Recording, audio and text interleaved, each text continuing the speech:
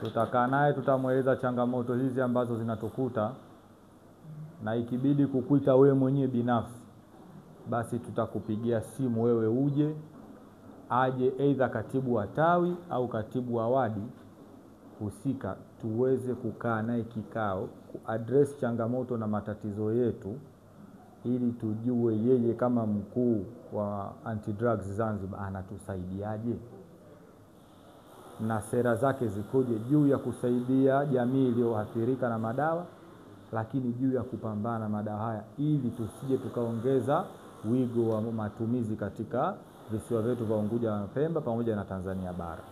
Hilo ni kuhakikishie.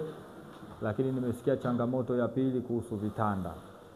Nadhani tutapata wasaa wa kuja kuangalia saizi gani na nini, au wewe utakuja kutuambia gharama za vifaa hivyo ni kiasi gani, ili tujue sisi tunakuchangia vipi uweze kupata vifaa hivyo.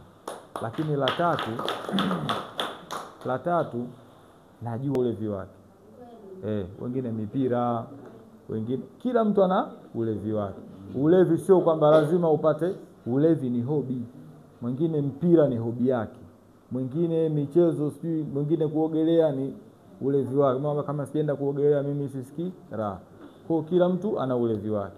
Lakini kuna ulevi wa athari na kuna ulevi wa kujenga. Kwa hiyo